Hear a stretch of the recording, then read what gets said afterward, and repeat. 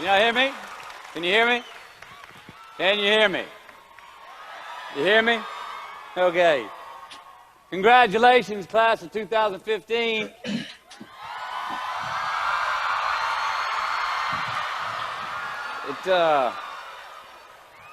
You guys and gals and young men and women are the reason I'm here. I'm really looking forward to talking with y'all tonight. You heard my dad played football here, and I believe he even graduated from here. That's some extra incentive for me to come. Short and sweet, or long and salty. A sugar donut or some oatmeal. Now, out of respect for you and your efforts in getting your degree, I thought long and hard about what I could share with you tonight. Did I want to stand up here at the podium and read you your rights? Did I want to come up here and just share some funny stories? I thought about what you would want. I thought about what you might need. I also thought about what I want to say and what I need to say. Now, hopefully, we're both going to be happy on both accounts. As the saying goes, take what you like, leave the rest. Thank you for having me.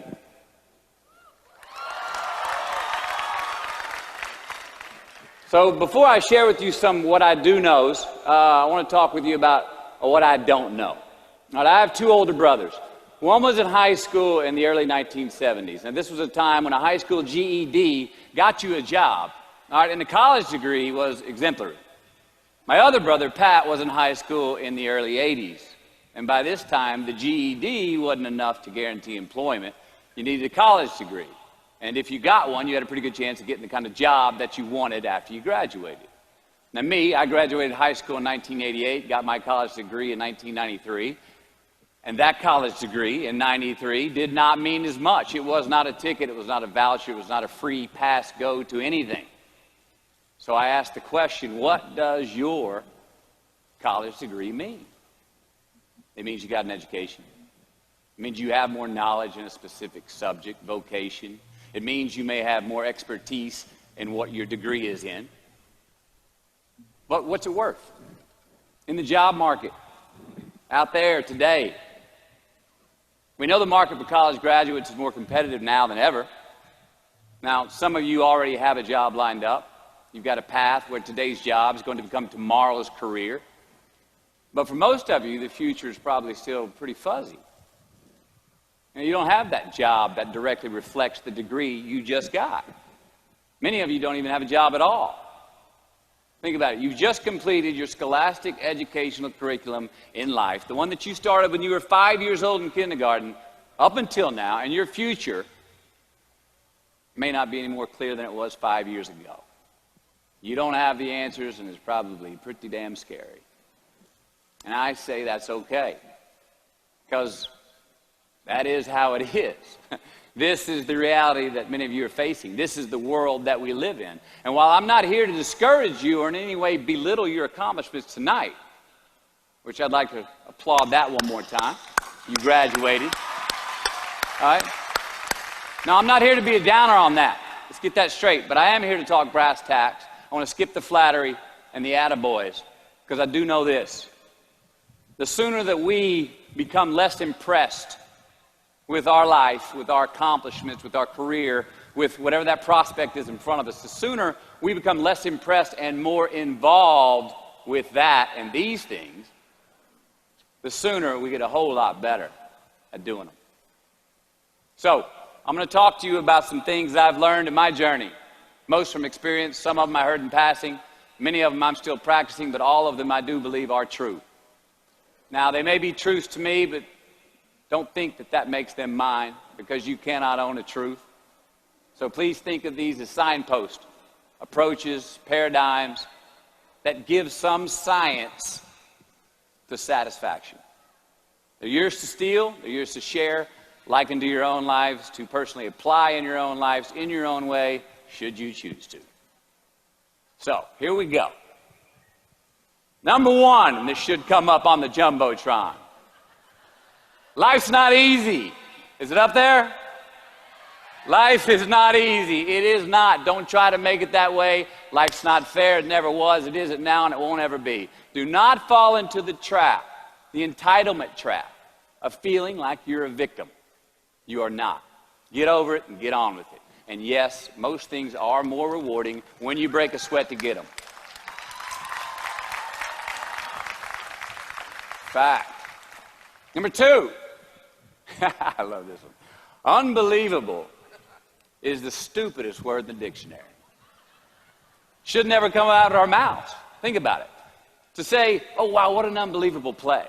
It was an unbelievable book, an unbelievable film, an unbelievable act of courage.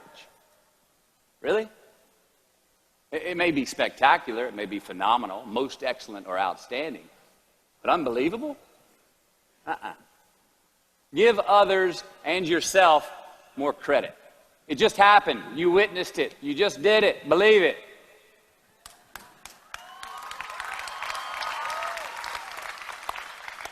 What about the other side of unbelievable? You know, that side when we humans underperform or act out of our best character. For instance, man flies a suicide jet into the World Trade Center.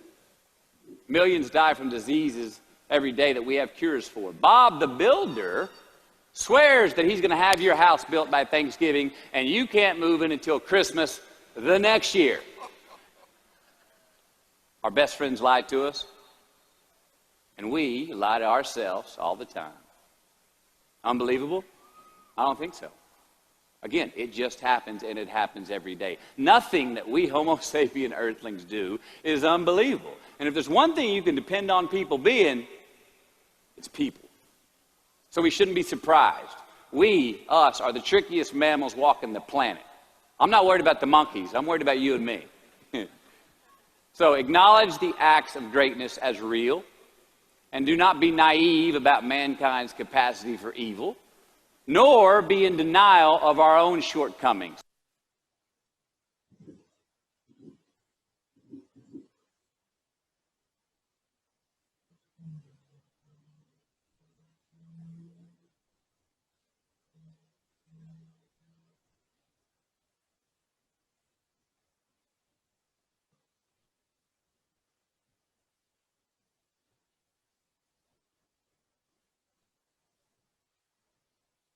Happiness is an emotional response to an outcome.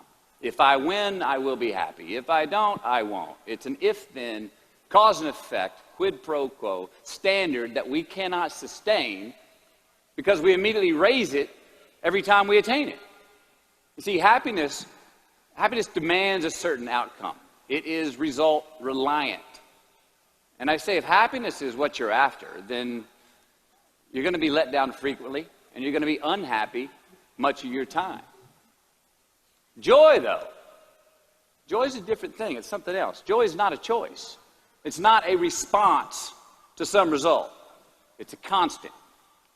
Joy is the feeling that we have from doing what we are fashioned to do, no matter the outcome. Now, personally, as an actor, I started enjoying my work and literally being more happy when I stopped trying to make the daily labor a means to a certain end. For example, I need this film to be a box office success. You know, I need my performance to be acknowledged. I need the respect of my peers. All those are reasonable aspirations, but the truth is, as soon as the work, the daily making of the movie, the doing of the deed became the reward in itself for me, I got more box office, more accolades and respect than I ever had before. See, joy is always in process. It's under construction. It is in constant approach, alive and well in the doing of what we're fashioned to do and enjoying it. Number 4, define success for yourself. You already like that one? Define success for yourself. Now check this out. I'm in south of New Orleans a few years ago, and I went to a voodoo shop. And they had this wooden partition against the wall with these columns. And in these columns were all these vials of these magic potions, right? And the headings above each potion defining what they would give you were things like fertility, health, family, legal help, energy, forgiveness, money. Guess which column was empty? Money. Let's admit it. Money is king today. It's what makes the world go round. It is success. The more we have, the more successful we are, right? Now, I would argue that our cultural values have even been financialized. Humility is not in vogue anymore. It's too passive. It's a get-rich-quick on the internet, richest 15 minutes of fame world that we live in, and we see it every day. But we all want to succeed, right? So the question that we've got to ask ourselves is what success is to us, what success is to you. Is it more money? That's fine. I got nothing against money. I don't. Maybe it's a healthy family. Maybe it's a happy marriage. Maybe it's to help others, to be famous, to be spiritually sound, to leave the world a little bit better place than you found it. Continue to ask yourself that question. Now, your answer may change over time, and that's fine. But do yourself this favor. Whatever your answer is, don't choose anything that will jeopardize your soul. Prioritize who you are, who you want to be, and don't spend time with anything that antagonizes your character. Don't drink the Kool-Aid, man. It tastes sweet, but you will get cavities tomorrow. All right? Life is not a popularity contest. Be brave, take the hill, but first answer that question, what's my hill? So, how do I define success? For me, myself. Well, for me, it's a measurement of 5 things. We got fatherhood. We got being a good husband. We got my health, mind, body, and spirit. We got career, and we got friendships. These are what's important to me in my life right now. So I try to measure these 5 things each day.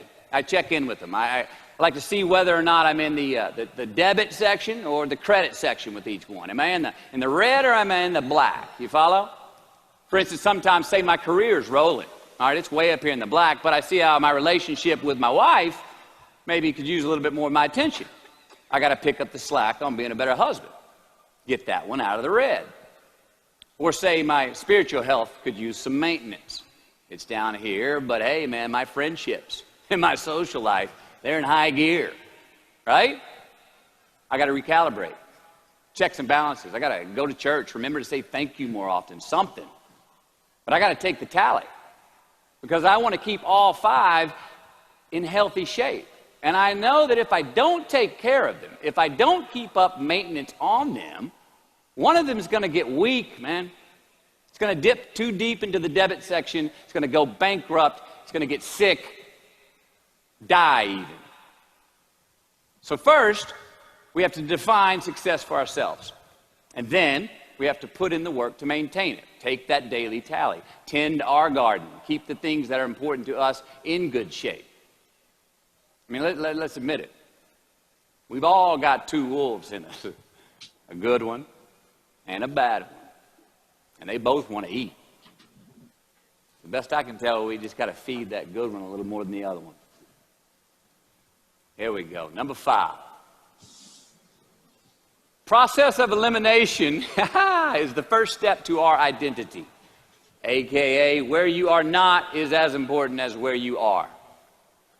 All right, 1992, I got my first job as an actor. 3 lines, 3 days work in a film called Dazed and Confused. All right. All right, all right, all right. There we go. So this director of that film, Richard Linklater, he kept inviting me back to set each night, putting me in more scenes, which led to more lines, all of which I happily said yes to. I mean, I'm having a blast. People are telling me I'm good at what I'm doing, and they're writing me a check for $325 a day. I mean, hell yeah, give me more scenes. I love what I'm doing. Well, by the end of the shoot, by the end of the film, those 3 lines had turned into over 3 weeks' work, and it was mine. It was Wooderson's 1970 Chevelle that we went to go get Aerosmith tickets in, man. Yeah, it was badass.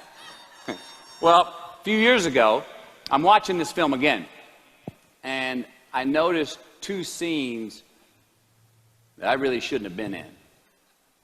In one of these scenes, my character Wooderson, I exit screen left to head somewhere, and then I re-enter the screen and to double check if any of the other characters wanted to go with me. Now, in rewatching the film, and you'll agree if you know Wooderson, Wooderson's not a guy who would ever say, later, and then come back to see if you were sure you didn't want to go. Now, when Wooderson leaves, Wooderson is gone. He does not stutter, step, flinch, rewind, ask twice, or solicit. You know what I'm talking about. Wooderson has better things to do, like liking those high school girls, man, because I get older and they stay the same age. My point is, I should not have been in that scene. Shouldn't have come back. Should have exited screen left and never come back. But back then, making my first film, getting invited back to the set, cashing that check and having a ball, I wanted more screen time. I wanted to be in the scene longer and more and come back into the scene, right? But I shouldn't have been there. Wooderson shouldn't have been there. It is just as important where we are not as it is where we are. Look, the first step that leads to our identity in life is usually not, I know who I am. I know who I am. That's not the first step. The first step's usually, I know who I am not. Process of elimination. Defining ourselves by what we are not is the first step that leads us to really knowing who we are. You know that group of friends that you hang out with that they really might not bring out the best in you? You know, they gossip too much, or they're kind of shady. They really aren't going to be there for you in a pinch. Or how about that bar that we keep going to that we always seem to have the worst hangover from? Or that computer screen, right? That computer screen that keeps giving us an excuse not to get out of the house and engage with the world and get some real human interaction. Or how about that food that we keep eating, the stuff that tastes so good going down, it makes us feel like crap the next week, when we feel lethargic and we keep putting on weight? Well, those people, those places, those things, stop giving them your time and energy. Just don't go there. I mean, put them down. And when you do this, when you do put them down, when you quit going there, and you quit giving them your time, you inadvertently find yourself spending more time and in more places that are healthy for you, that bring you more joy. Why? Because you just eliminated the who's, the where's, the what's, and the when's that were keeping you from your identity. Like, trust me, too many options, I promise you, too many options will make a tyrant of us all. All right, so get rid of the excess, the wasted time. Decrease your options. If you do this, you will have accidentally, almost innocently, put in front of you what is important to you by process of elimination. Knowing who we are is hard. It's hard. So give yourself a break. Eliminate who you are not first, and you're going to find yourself where you need to be. Number 6, don't leave crumbs. And the beauty of delayed gratification. So what are crumbs? Well, the crumbs I'm talking about are the choices that we make that make us have to look over our shoulder in the future. You didn't pay that guy back the money that you owed him, and tonight you just saw him 3 rows behind you. Shit. You slept around on your spouse, and you just found out that tomorrow she and the lady you're having an affair with are going to be at the same PTA meeting. Shit again. You drank too much last night. You're too hungover to drive your son to his 8 a.m. Saturday morning baseball practice. These are the crumbs. They come in the form of regret, guilt, and remorse. You leave crumbs today, they will cause you more stress tomorrow. And they disallow you from creating a customized future in which you do not have to look over your shoulder. So let's flip the script. Instead of creating outcomes that take from us, let's create more outcomes that pay us back, fill us up, keep your fire lit, turn you on for the most amount of time in your future. These are the choices I'm talking about. And this is the beauty of delayed gratification. All right, tee yourself up. Do yourself a favor. Make the choices, the purchases today that pay you back tomorrow. Residuals. In my business, we call it mailbox money. If I do my job well today, and that movie keeps rerunning on TV, 5 years from now, I'm getting checks in the mailbox. It's a heck of a deal. So whether it's prepping the coffee maker the night before, so all you got to do is press the button in the morning, or getting ready for the job interview early so you don't have to cram the night before, or choosing not to hook up with that married woman because you know you're going to feel horrible about it tomorrow and her husband carries a gun, or paying your debts on time so that when you do see that guy 3 rows back tonight, you don't have to hunker down in your seat hoping that he don't see you. Get some ROI. You know what that is? Return on investment. Your investment. You. Customize your future. Don't leave crumbs. Number 7. Dissect your successes and the reciprocity of gratitude. We so often focus on failure, don't we? We study failure.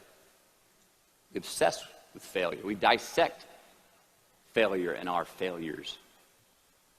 We dissect them so much we end up intoxicated with them to the point of disillusion. I mean, when do we write in our diary? Usually when we're depressed. What do we gossip about? Other people's flaws and limitations. I mean, we can dissect ourselves into self-loathing if we're not careful. I find that most of the times our obsession with what is wrong just ends up breeding more wrong, more failure. Now, the easiest way to dissect success is through gratitude. Giving thanks for that which we do have, for what is working. Appreciating the simple things we sometimes take for granted. We give thanks for these things, and that gratitude reciprocates, creating more to be thankful for. It's really simple, and it works. Now, I'm not saying be in denial of your failures. No, we can learn from them too, but only if we look at them constructively, as a means to reveal what we are good at, what we can get better at, what we do succeed at. Now, personally, I've read a whole lot of my bad reviews. All right? I've had quite a few. Written by the more talented critics, they are the ones who give constructive bad reviews. They reveal to me what did translate in my work, what came across, what was seen, or what wasn't. Now, I don't obsess on the unfavorable aspect of their review, but I do seek what I can learn from it. Because their displeasure actually uncovers and makes more apparent what I do well, what I am successful at, and then I dissect that. All right, life's a verb. We try our best, we don't always do our best. Well, architecture is a verb as well. Yes, it is. And since we are the architects of our own lives, let's study the habits, the practices, the routines that we have that lead to and feed our success, our joy, our honest pain, our laughter, our earned tears. Let's dissect that and give thanks for those things. And when we do that, guess what happens? We get better at them. And we have more to dissect. Number 8, make voluntary obligations. All right, mom and dad, since we were young, they teach us things as children. Teachers, mentors, the government, and on laws, they all give us guidelines for which to navigate this life. Rules to abide by in the name of accountability. I'm not talking about those obligations. I'm talking about the ones that we make with ourselves, with our God, with our own consciousness. I'm talking about the you versus you obligations. We have to have them. Now, again, these are not societal laws and expectations that we acknowledge and endow for anyone other than ourselves. These are faith-based obligations that we make on our own. These are not the lowered insurance rates for a good driving record. You will not be fined or put in jail if you do not gratify these obligations I speak of. No one else governs these but you. They are your secrets with yourself, your own private counsel, personal protocols. And while nobody throws you a party when you abide by them, no one's going to arrest you when you break them either, except yourself. Or some cops who got a disturbing the peace call at 2:30 in the morning because you were playing bongos in your birthday suit. That was me. An honest man's pillow is his peace of mind. And when you lay down on that pillow at night, no matter who's in your bed, we all sleep alone. These are your personal Jiminy Crickets. And there are not enough cops in the entire world to police them. It's on you. It's on you. Number 9, from can to want. All right, check this out. In 1995, I got my first big paycheck as an actor. I think it was 150 grand. The film I was on was Boys on the Side, and we were shooting in Tucson, Arizona. And I had this sweet little adobe guest house on the edge of the Saguaro National Park. The house came with a maid, my first maid. It was awesome. So I got a friend over one Friday night, and we're having a good time, and I'm telling her about how happy I am with my setup. The house, the maid, especially the maid. I'm telling her, look, this lady, she cleans the place up after I go to work. She washes my clothes, the dishes, puts fresh water by my bed, leaves me cooked meals sometimes. Look, she even presses my jeans. And my friend, she smiles at me, happy that I'm excited over this. And she says, well, that's great, Matthew, if you like your jeans pressed. And I kind of looked up at her, my jaw caught hanging open. I stuttered a moment, had that dumbass look that you get when you've just been told the truth and you didn't think about it, and it hit me. I hate that line going down the front of my jeans. I hate that line. And it was then, for the first time, that I noticed it. I'd never thought about not liking that starch line down the front of my jeans because I'd never had a maid to iron my jeans before. And since she did, now for the first time in my life, I just liked it because I could get it. I never thought about if I really wanted it. Well, I didn't want it there, that line. And that night I learned something. Look, just because you can, nah, come on. It's not a good enough reason to do something. Even when it means having more.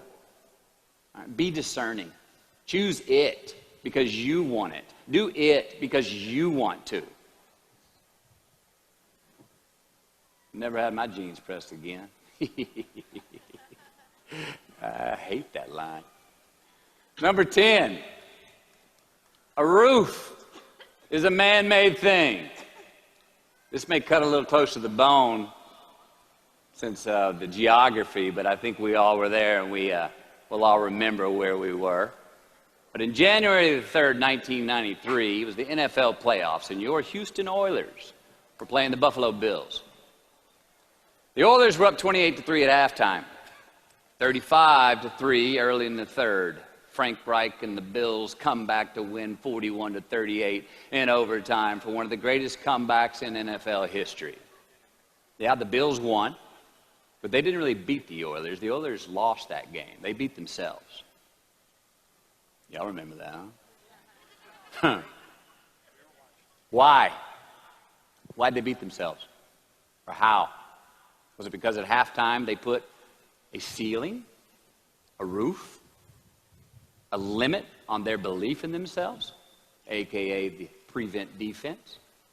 Or maybe they started thinking about the next opponent in the playoffs at halftime. I mean, they were up.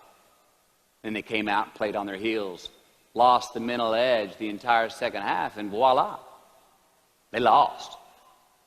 In a mere 2 quarters, defensive coordinator Jim Eddy went from being called the defensive coordinator of the year and the man first in line to be a head coach next year to a man without a job in the NFL.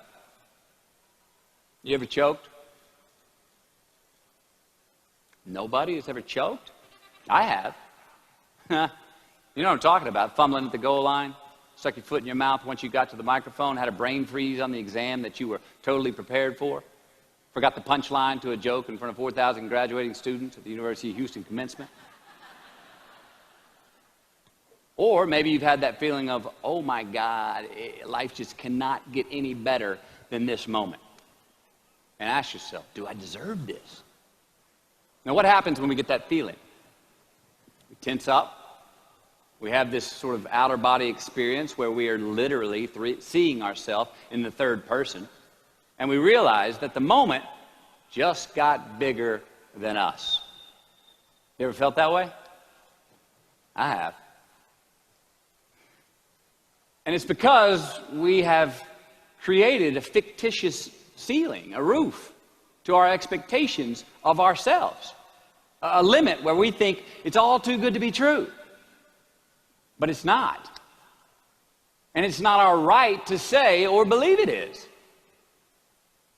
We shouldn't create these restrictions on ourselves. A blue ribbon, a statue, a score, a great idea, the love of our life, a euphoric bliss.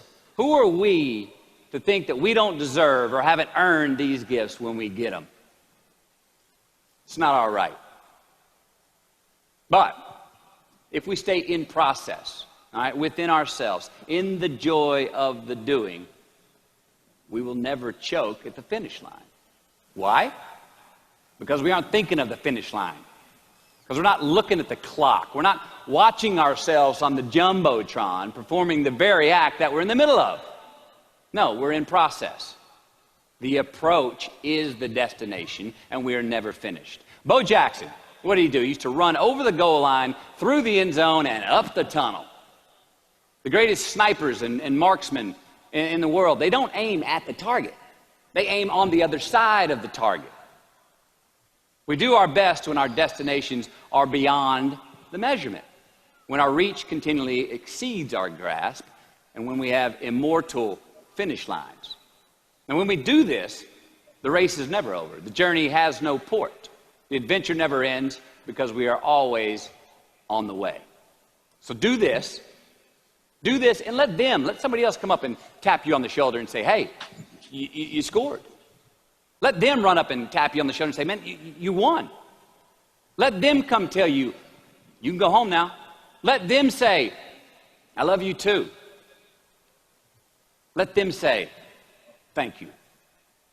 Take the lid off the man-made roofs that we put above ourselves and always play like an underdog. Here we go.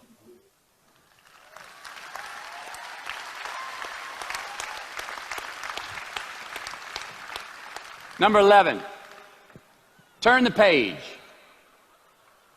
The late and great University of Texas football coach Darrell Royal.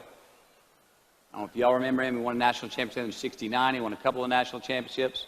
You know Darrell Royal? He was a friend of mine and a good friend to many people. Now, a lot of people looked up to this man. One of the people who looked up to him was a musician named Larry.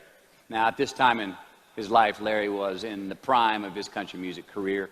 He had #1 hits, and his life was rolling. And he had picked up a bad habit of snorting the white stuff somewhere along the line. And at one particular party, after a bathroom break, Larry went confidently up to his mentor, Darrell, and he started telling him a story.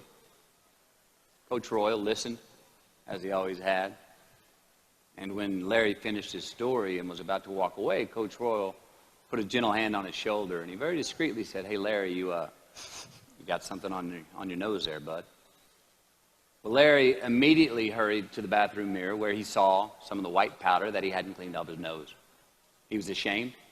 He was embarrassed, as much because he felt so disrespectful to Coach Royal, and as much because he'd obviously gotten too comfortable with the drug to even hide it as well as he should. Well, the next day, Larry went to Coach's house. He rang the doorbell. Coach answered, and he said, Coach, I need to talk to you. Darrell said, sure, come on in. Larry confessed. He purged his sins to Coach. He told him how embarrassed he was and how he had lost his way in the midst of all this fame and fortune. And towards the end of an hour, Larry, who was in tears, he asked Coach, he said, Coach, what do you think I should do?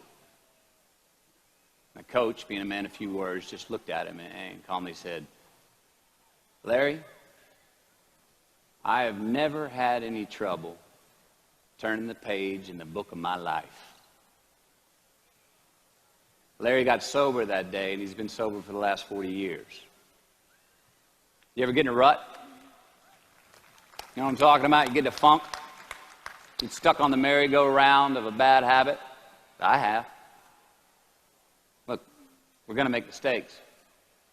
You got to own them. Then you got to make amends. And then you got to move on. Guilt and regret kills many a man before their time. So turn the page, get off the ride, You are the author of the book of your life. Turn that page.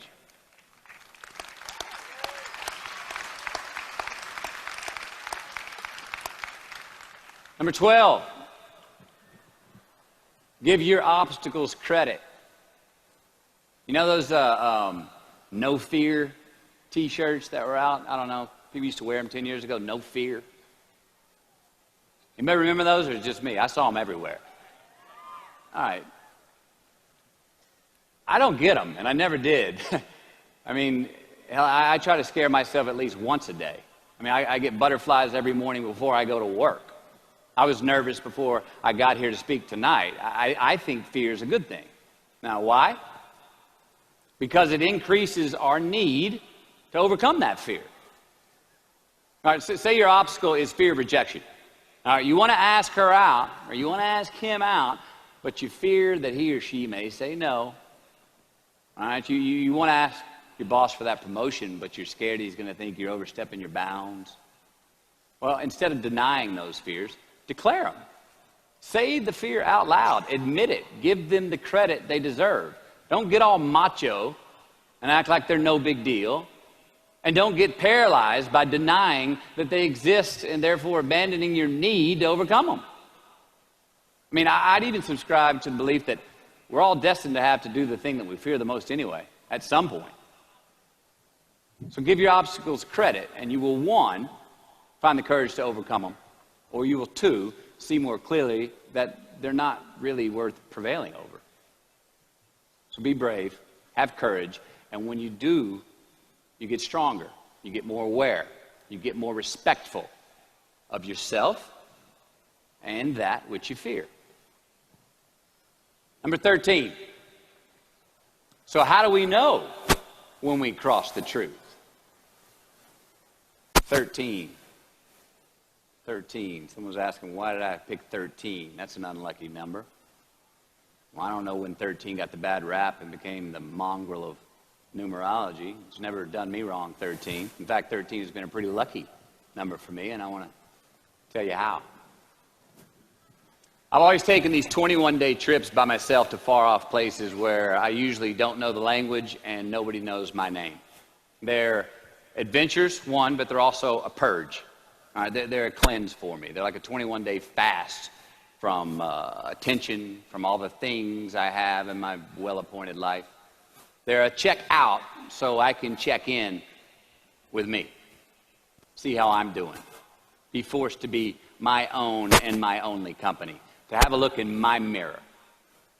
And we all know what can happen when we do that. Sometimes we do not like what we see. Well, in 1996, right after I got famous from a film I did called A Time to Kill, I headed out on one of these 21-day walkabouts, and this time to the jungles and the mountains of Peru. The sudden fame that I just gotten was somewhat unbalancing. My face was everywhere. Everyone wanted a piece of me. People I'd never met were swearing that they loved me. Everywhere I went, there I was on a billboard, a magazine cover. It was just weird overall. You know, I was asking myself, what's the reality in this and what's the bullshit? Did I deserve all this? These were all questions I was asking myself. Well, who was I was another. Now, there's always an initiation period with these trips. An amount of time that it takes for the place to initiate the traveler. The time it takes to disconnect from the world that we just left and become completely present in the one we are traveling in. Now, for me, that initiation period usually lasts about 13 days. 13 hellish days until I am out of my own way. And after that, the whole trip is really fun and smooth sailing. Well, it was the night of the 12th day of my 21-day trip. I'm settling into camp. I'd already hiked 80 miles to this point, and I had a 3-day trek ahead of me to Machu Picchu. And I was full-on sick of myself. Wrestling with the loss of my anonymity. I was guilt-ridden for sins of my past. I had a lot of regret. I was lonely, disgusted with my company, mine. And I was doing a pretty good job of mentally beating the shit out of myself. Anyway, grappling with these demons on this night, I couldn't sleep.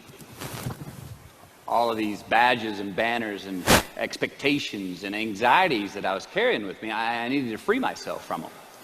Who was I asked myself. I mean, not only on this trip, but in this life.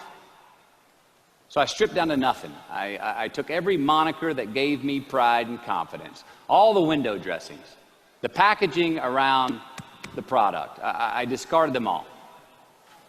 I got rid of my lucky and faithful American cap. I stripped off all my talismans from adventures past. I even discarded my late father's gold ring with an M on it that he gave to me. And it was a meltdown of he and my mom's class rings and gold from my mom's teeth. I even got rid of that. I was naked, literally and figuratively. And I got sick. Soaked in sweat, I threw up and piled up in my belly. Now, a few hours later, I awoke on this 13th morning to a rising sun, surprisingly fresh and energized. I dressed, made some tea, and I went for a morning run. Not towards my destination, Machu Picchu, but rather to nowhere in particular. My gut was still a bit peaked from last night's purge, but I curiously felt pretty good. I felt alive. I felt clean. I felt free and light. Along a muddy path on this walk, I turned a corner. And there in the middle of the road was this mirage of the most magnificent pinks and blues and red colors that I'd ever seen. It was electric, glowing and vibrant, just hovering just off the surface of the jungle floor as if it was plugged into some neon power plant. I stopped. I stared.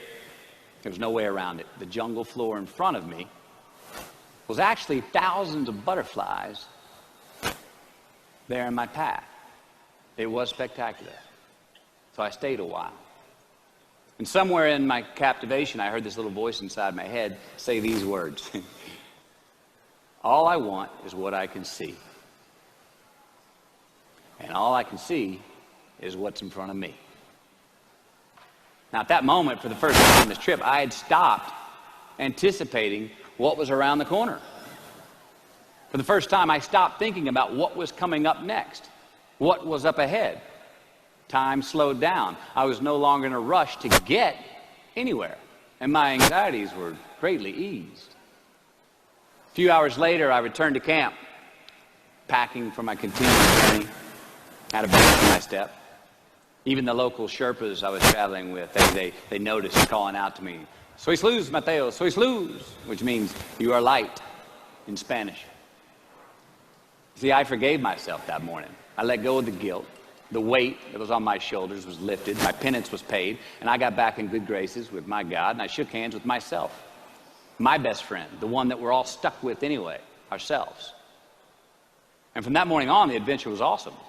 I was present. I was out of my own way. I was not anticipating next. I was embracing only what was in front of my eyes and giving everything the justice that it deserved. You see, I crossed the truth that morning. Now, did I find it? I don't know. I think it found me. Why? Because I put myself in a place to be found. I put myself in a place to receive the truth. So how do we know when we cross the truth? Well, I think the truth's all around us all the time. I mean, I think the answer, it's always right there or right there. I think it's all around us. We just don't always see it. We don't always grasp it, hear it, access it. Usually because we're not in the right place to do so. So what do? First, I believe we've got to put ourselves in the place to receive the truth. Let's admit it. We live in an extremely noisy world with all kinds of frequencies coming at us. We got commitments, we got deadlines, fix this, do that, plans, expectations, and they all make it hard to get clarity and peace of mind. So we have to consciously put ourselves in places to receive that clarity. Now that may be prayer. That may be meditation. That may be a walkabout. That may be being in the right company, a road trip. Whatever it is for you, schedule that time. Schedule it. So, if we do that, if we hear it, if we put ourselves in a place to hear it, and we do, and it's become clear, a truth, natural and infinite, then the second part comes, which is to personalize it. Ask yourself how it works for you. How it applies to you personally, why you need it in your life specifically. And if you do that, then comes the third part. Have the patience to internalize it. and get it from our intellectual head, thinking about it, and into our bones and our soul and our instinct. Now, we cannot rush this part. It does take time. So if we get that far, we've received it, we've personalized it, and we've internalized it. If we make it that far, then comes the biggie, man. This comes the fun one. Got to have the courage to act on it, to actually take it into our daily lives and practice it, to make it an active part of who we are and live it. If we can do that, all right, if we can do that, then we have what I believe is heaven right here on earth. And that's the place where what we want is also just what we need. I mean, that's the ticket, isn't it? Think about it. I know that's where I want to live. So while we're here, and they're going to run across the Jumbotron, let's make it a place where we break a sweat, where we believe, where we enjoy the process of succeeding in the places and ways that we are fashioned to, where we don't have to look over our shoulder because we're too busy doing what we're good at, voluntarily keeping our own counsel because we want to, traveling towards immortal finish lines. We write our own book, overcoming our fears. We make friends with ourselves. And that is the place that I'm talking about. Thank you. Good luck. Just keep living.